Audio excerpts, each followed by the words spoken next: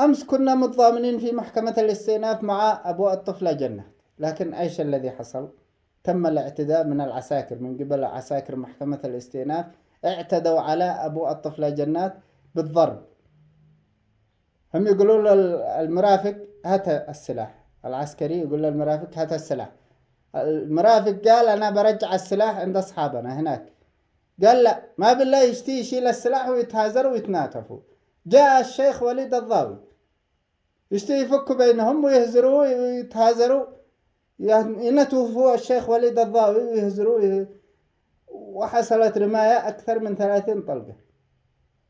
ضربوهم، اعتدوا عليهم، ودخلوهم السجن وما استكفوا من هذا، زد لحقوا أبو الطفلة جنات لا داخل السجن وضربوه داخل السجن، أدموه، رعفوه. ليش هذا كله؟ تدوروا النثرة نخرج من مسار القضية.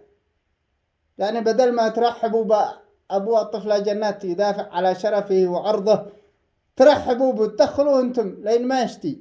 ادخل معي يا عسكري، دخلوا لا عند القاضي لا عند مدير الأمن، وقفوا معه.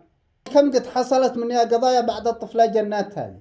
إذا ما في رادع وما في حكم يردع هؤلاء المجرمين، بناتنا يصيرين ضحية وأطفالنا.